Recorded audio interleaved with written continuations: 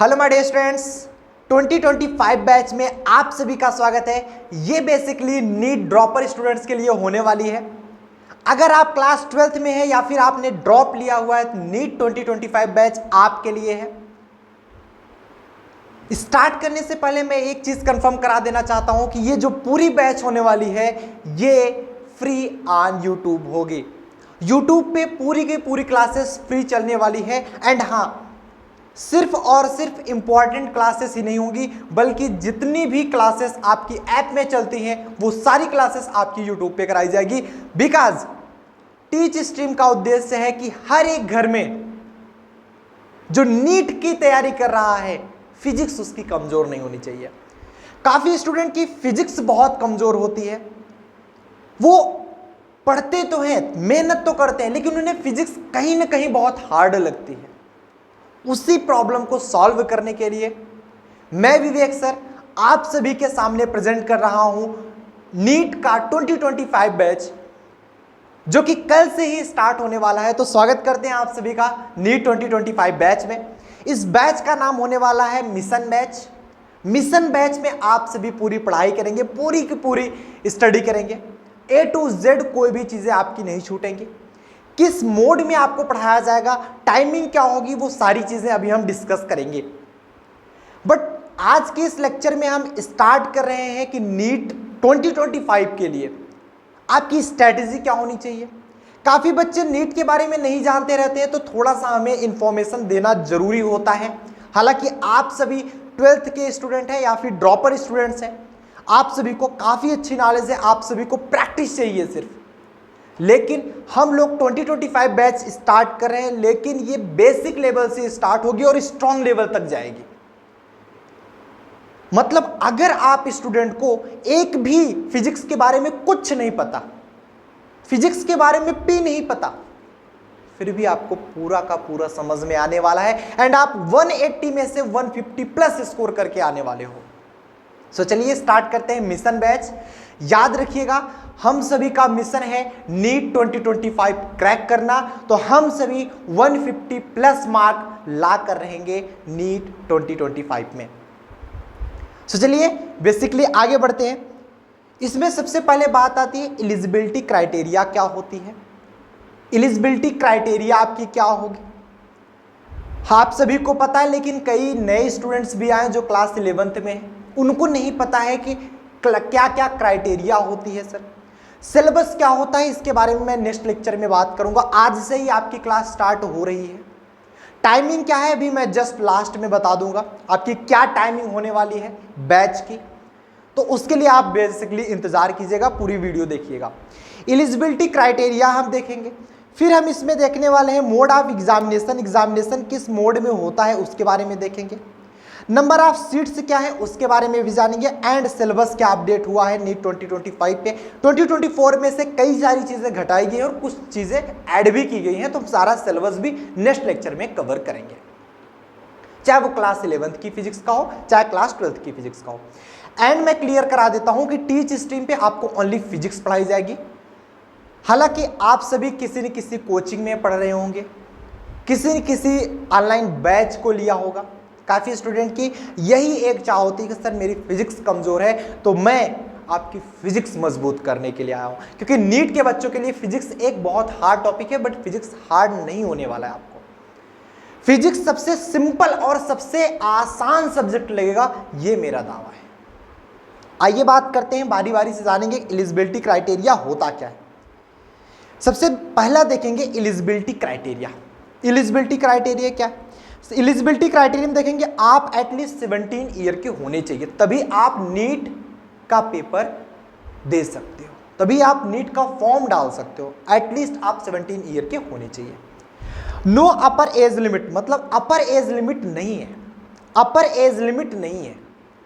आप किसी भी एज तक नीट का फॉर्म फिलअप कर सकते हो और नीट का पेपर दे सकते हो। नीट यूजी की बात करें तो इसको आप ध्यान दीजिएगा, हम नीट यूजी की बात कर रहे हैं, ठीक, नीट यूजी की बात कर रहे हैं। एंड क्लास 12th में जैसे आपके मन में ये क्वेश्चन बना रहा होगा कि सर क्लास 12th में हमारे कितने परसेंटाइल होने चाहिए कि हम नीट का पेपर दे पाएंगे, तो पीसीबी में फिजिक्स केमिस्ट्री बायोलॉजी आपकी होनी चाहिए उसमें जनरल के लिए 50% एंड अदर कास्ट के लिए आपके 40% मार्क होने चाहिए।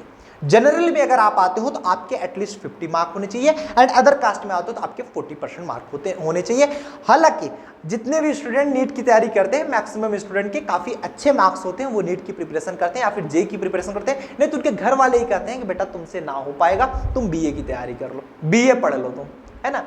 तो वो पढ़ने वाले बच्चे होते हैं जो शुरुआत से ही काफी मेहनत करके चल रहे होते हैं। तो मैं एक क्राइटेरिया बता रहा हूं कि आप सभी के 12th में अगर आप जनरल में हो तो आपके पीसीबी में 50% एटलीस्ट होने चाहिए, अदर कास्ट के लिए आपके एटलीस्ट 40% होने चाहिए, तब आप एलिजिबल हो कि नीट 2025 के लिए एग्जाम दे सकते हो। यार नीट किसी में भी एग्जाम दे पाओगे, आप 2026 के लिए भी तैयारी करो, फिर भी आप इतना समझ के चलिए, ठीक है।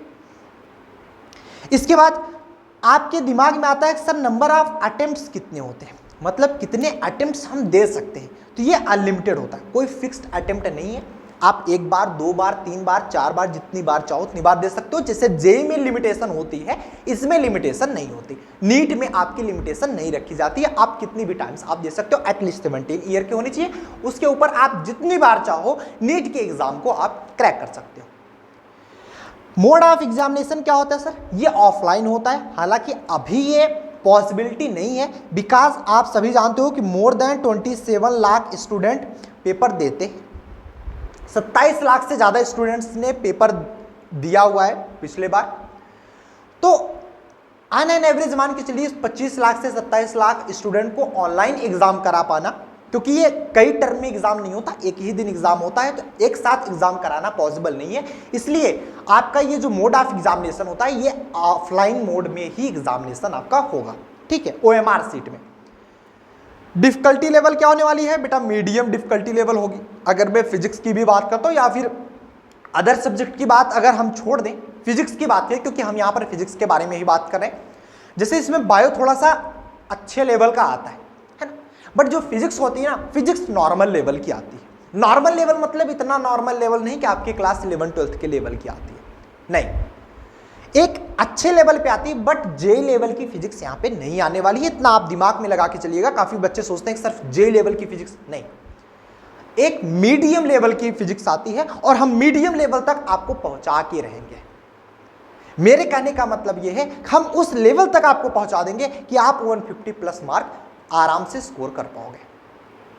साथ ही साथ नंबर ऑफ एस्पायरेंट, कितने ऐसे छात्र हैं जो कि नीट का पेपर दे रहे हैं अभी तक के डाटा में। तो अभी तक आपने 1-2 सालों में देखा है कि more than 27 lakh students paper दे रहे हैं। तो आपका जो कंपटीशन होने वाला है उन 27 लाख स्टूडेंट में कंपटीशन होगा। हालांकि इसके बारे में भी हम बात करेंगे, आपका कंपटीशन 27 लाख में नहीं होगा। अगर आप टीच स्ट्रीम से पढ़ रहे हो तो आपका कंपटीशन सिर्फ 1 लाख स्टूडेंट पे होने वाला है।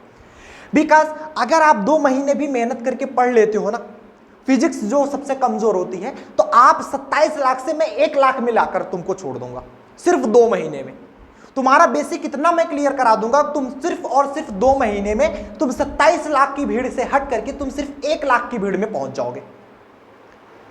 और आप सभी जानते हो कि जो गवर्नमेंट सीट्स होती है वो 50,000 सीटें होती हैं, ऑलमोस्ट 51-52 हजार सीट होती है। मैं 50,000 मान के चलता हूं, कुछ सीटें ऐड हुई हैं, अभी हम आगे चर्चा करते हैं। बट तुमको मैं 1 लाख की भीड़ में छोड़ दूंगा। जब तुम 1 लाख की भीड़ में छुट जाओगे ना, उस समय तुम मेहनत करके गवर्नमेंट सीट हासिल कर सकते हो। वहां पर तगड़ी मेहनत है। ऐसा नहीं है कि सिर्फ मैं तुम्हें 2 महीने में 1 लाख के स्टूडेंट में छोड़ दूं, क्योंकि मेहनत करके सिर्फ 2 लाख ही स्टूडेंट पढ़ाई करते हैं। मैं आपको अगर सीरियसली बता दूं, क्योंकि मोर देन, जैसे 27 लाख में से अगर मैं बात करूं तो मोर देन 14 लाख स्टूडेंट्स ऐसे होते हैं, या 12 लाख स्टूडेंट का अगर हम डाटा देखें, कुछ ऐसे होते हैं कि वो लेस देन 144 मार्क्स होते हैं। ऐसा डाटा निकल कर के आया। 144 मार्क्स से भी उनका कम मार्क होता है। तो मैं तुमको तो आगे पहुंचा दूंगा, उतना तुम छोड़ दो मेरे ऊपर। 50% बच्चे तो ऐसे हैं कि 144 मतलब 150 मार्क भी नहीं पा पाते ना। मैं तुमको फिजिक्स में 150 प्लस दिलाने की पूरी गारंटी लेता हूं, और ये गारंटी मैं तभी ले सकता हूं जब तुम उतना मेहनत करोगे जितना मैं कहूंगा। अगर तुम उतना मेहनत नहीं करोगे जितना मैं कहूंगा, मैं कोई गारंटी नहीं ले सकता। टीचर का काम होता है पढ़ाना, टीचर का काम होता है मार्गदर्शन करना, टीचर का काम होता है तुम्हें रटाना, लेकिन पढ़ना, रटना, चलना तुम्हारा काम है। ठीक, तो मैं तुम्हें 1 लाख की भीड़ में छोड़ दूंगा, लेकिन वहां पर जो तुम्हें 1 लाख के बच्चे मिलेंगे ना, वो सब के सब स्ट्रांग होंगे। हर एक कोचिंग से पढ़ा हुआ बच्चा स्ट्रांग बच्चा होगा, जो 1 लाख की भीड़ में वहां पर तुमसे कंपटीशन कर रहा होगा। वहां पर तुमको बहुत मेहनत करनी पड़ेगी, और इतनी मेहनत करनी पड़ेगी जितना बताया जाएगा। देखो बेटा, कहने में तो आसान है कि चलो ठीक है, रिलैक्स होकर पढ़ो, बिल्कुल रिलैक्स होकर पढ़ो, लेकिन रिलैक्स होकर मन लगा के मेहनत करके पढ़ो, क्योंकि आप एक कंपटीशन एग्जाम की प्रिपरेशन कर रहे हो। आगे बात करते हैं, इसमें किस सेक्शन में पेपर आपका शेड्यूल होता है, मतलब पेपर आपका आता कैसे। जैसे अगर मैं फिजिक्स, केमिस्ट्री, बायोलॉजी की बात करता हूं, फॉर एग्जांपल के लिए यहीं पर आप देख सकते हैं। अगर हम फिजिक्स की बात करें, यहां पर फिजिक्स में भी सेक्शन ए और सेक्शन बी, 2 सेक्शन में डिवाइड होता है पेपर। चाहे आप फिजिक्स ले लो, केमिस्ट्री ले लो, मैथ ले लो, बायो ले लो, फिजिक्स ले लो, केमिस्ट्री ले लो, बायो ले लो, आपका 2 सेक्शन में डिवाइड होता है, सेक्शन ए, सेक्शन बी। अब सेक्शन ए में देख पा रहे हैं 35 क्वेश्चन आते हैं, और सेक्शन बी में आपके 15 क्वेश्चन आते हैं। प्रत्येक क्वेश्चन 4 नंबर के होते हैं। ऑल क्वेश्चंस जितने भी होंगे, ऑल क्वेश्चंस 4 मार्क्स के होंगे। तो 35 चौगा 140, 140 मार्क्स का सेक्शन ए का क्वेश्चन होगा, और जो सेक्शन बी का क्वेश्चन होगा 15 में से सिर्फ 10 ही आपको करना होता है। इसमें से ओनली 10 क्वेश्चन करने होते हैं आपको, 10 क्वेश्चन, जिसका मार्क्स सिर्फ और सिर्फ आपका 40 होता है। सिर्फ 10 क्वेश्चन करने होते हैं बस आपका, ये ओनली 10 क्वेश्चन। ठीक है, तो सेक्शन ए में आपके 35 क्वेश्चंस आएंगे। ऑल क्वेश्चंस आर कंपलसरी, आपको सभी क्वेश्चंस करने हैं, 140 मार्क्स का होता है। उसके बाद 15 क्वेश्चन सेक्शन बी में आता है, जिसमें आपको सिर्फ 10 क्वेश्चन करने होते हैं, वो सभी के सभी 4 मार्क्स के ही होते हैं। तो 140 प्लस 40, 180 नंबर का आपका फिजिक्स हो गया, 180 नंबर की आपकी केमिस्ट्री हो गई, 180 नंबर की बॉटनी हो गई, 180 नंबर की आपकी जूलॉजी हो गई। तो टोटल आपके कितने हो गए, 720 मार्क्स।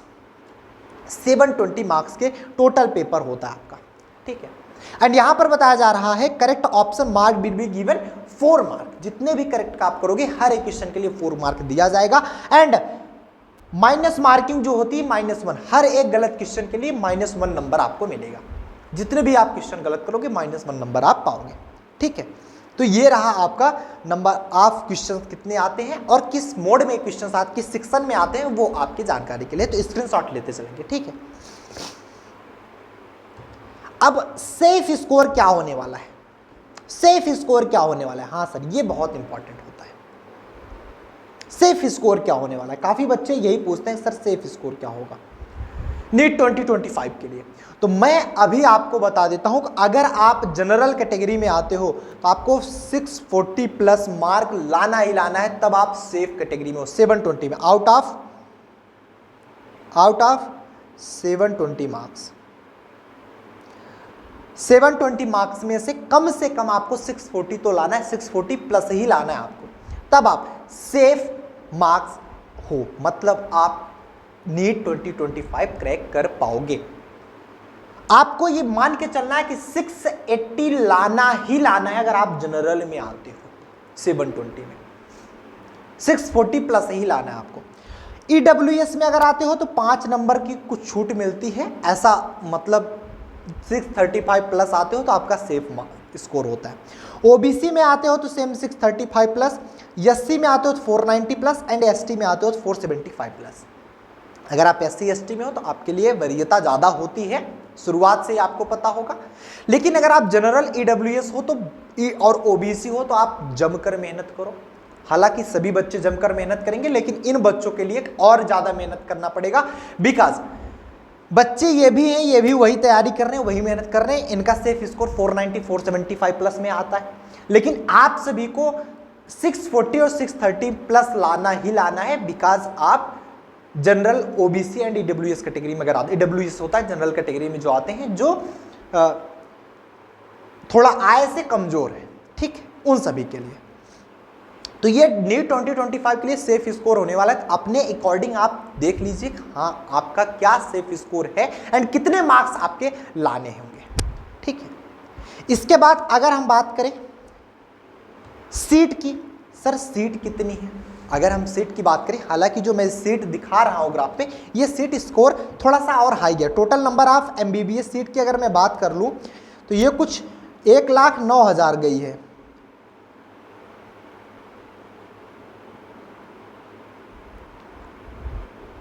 एक 1,09,000 के समथिंग हुई है ये सीट, 1,09,000 के समथिंग, ठीक है। 1,09,000 कुछ सीटें हैं, कुछ सीटें बढ़ी हैं, कुछ सीटें बढ़ी हैं इसमें, मतलब गवर्नमेंट और प्राइवेट सीटें मिलाकर के 1,09,000 सीटें कुछ मिल जाती हैं। एंड अब हम इसकी बात कर लेते हैं, क्योंकि ये थोड़ा पुराना डाटा है, इस बार कुछ नई सीटें ऐड हुई हैं, बट हम यही डाटा लेकर चलते हैं बिकॉज हमें मेहनत ज़्यादा करनी है। हम यही मानेंगे बिकॉज हमें मेहनत ज़्यादा करनी है, तब हम इस सीट में अगर पहुंच पाएंगे तो ज़्यादा सीटें होंगी, तो हमारे सिलेक्शन होने के चांसेस ज़्यादा बढ़ जाते हैं। अगर मैं बात करूं total number of medical college in India 669 है, कुछ बढ़े हैं, याद रखिएगा, ऐसा मत सोचिएगा कि सर मैं इतने नहीं इतने हैं, ये पुराना डाटा है, मैं फिर से बता रहा हूं, आई क्लियरिफाई दैट कि ये 669 अभी तक सीटें थी, अभी तक आपकी total number of medical college की सीटें थी, जिसमें टोटल सीटें 1,02,626 हुआ करती थी, जिसमें आपके एम्स और जिपमर कॉलेज मिला करके जो गवर्नमेंट कॉलेज होते हैं वो 331 थे, जिसमें सीट लगभग 48,699, ये कुछ बढ़ के 50-51,000 तक पहुंच गई है, ठीक है।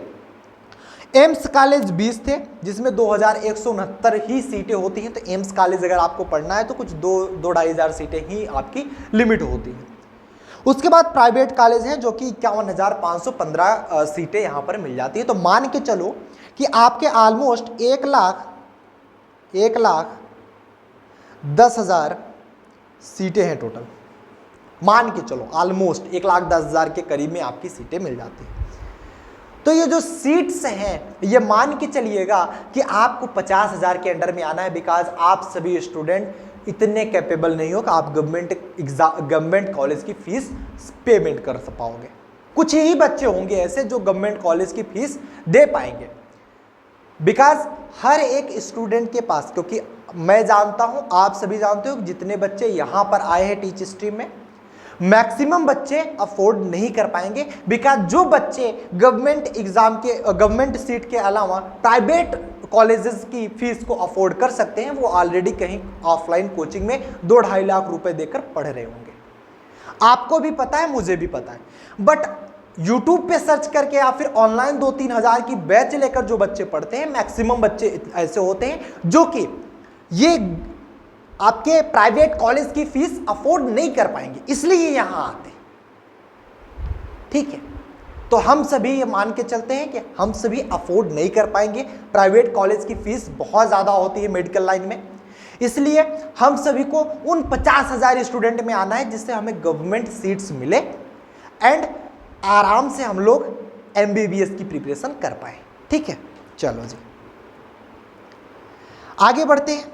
यहाँ पर कुछ स्टेट वाइज जितने आपके कॉलेज हैं मैं उसकी चार्ट लगा देता हूँ, हालांकि इसमें भी कुछ इंप्रूवमेंट आया है, कुछ सीटें बढ़ी हुई हैं, तो हालांकि आप इसका स्क्रीनशॉट ले सकते हो, ठीक है। अब बात करते हैं सर बैच चालू कब से कर रहे हो आप, बैच चालू कब से कर रहे हो। आपकी जो प्रॉपर क्लासेस हैं, वो 18 से चलनी स्टार्ट हो जाएगी, 18 से, मतलब अब स्टार्ट ही आपकी क्लास ऐसे फर्स्ट क्लास सेकंड क्लास अब हम स्टार्ट करें, और जो मोड ऑफ टीचिंग होने वाला है ना, किस प्रकार से आपको पढ़ाया जाएगा। 2 क्लासेस होंगी आपकी दिन में, 11th physics and 12th physics. क्या सर हम लोग साथ साथ पढ़ाएंगे? बिल्कुल साथ साथ आप सभी पढ़ने वाले हो। 11th physics and 12th physics 2 class होंगी आपकी। 11th फिजिक्स की क्लास मॉर्निंग में होगी, 12th फिजिक्स की क्लास इवनिंग में होगी। इस प्रकार से आपका डाटा पर डे चलेगा एंड पर डे आपकी क्लास चलेगी, जिससे आपका बैकलॉग भी ना लग पाए। एंड आपकी क्लासेस जो होंगी 1 घंटे से 1.5 घंटे के बीच में पर क्लासेस होने वाली है, मतलब ऑलमोस्ट 1 घंटे प्लस ही मान के चलो, 1 घंटे से 1.5 घंटे के बीच में ही क्लास होगी। बहुत बड़ी भी क्लास नहीं होगी जिससे आपका माइंड प्रेशर काफ़ी बढ़ जाए। दिन में फिजिक्स में सिर्फ और सिर्फ 2 क्लासेस आपको लेनी है। उन 2 क्लासेस में हम लोग बहुत बेहतर तरीके से पढ़ेंगे और पूरा का पूरा रिवाइज भी करेंगे और ज़्यादा से ज़्यादा हम लोग क्वेश्चंस भी प्रोवाइड करेंगे, जिससे आप सभी का प्रैक्टिस बना रहे। ठीक है। 11th फिजिक्स का जो टाइमिंग होगा वो आपका 10 बजे से 9 बजे से कर दें, बिल्कुल 9 बजे से 10 बजे तक मान के चलो AM। बट आपकी जो 12th फिजिक्स की टाइमिंग होगी, 12th फिजिक्स की टाइमिंग होगी वो 4 बजे से 5 बजे PM होगी। ये आपकी टाइमिंग है, ये नोट डाउन कर लो, ये नोट डाउन कर लो। इसी टाइम आपकी क्लास चलेगी सुबह 9 बजे से 10 बजे तक एंड शाम को 4 बजे से 5 बजे तक। फिर से सुबह 9 बजे से 10 बजे तक आपकी क्लास चलेगी 11th फिजिक्स की एंड 12th फिजिक्स की आपको शाम को 4 बजे से 5 बजे तक क्लास चलने वाली है। एंड कब से बैच स्टार्ट हो रही है? बैच स्टार्ट ऑलरेडी हो चुकी है, टोटल फ्री ऑन यूट्यूब होने वाला है।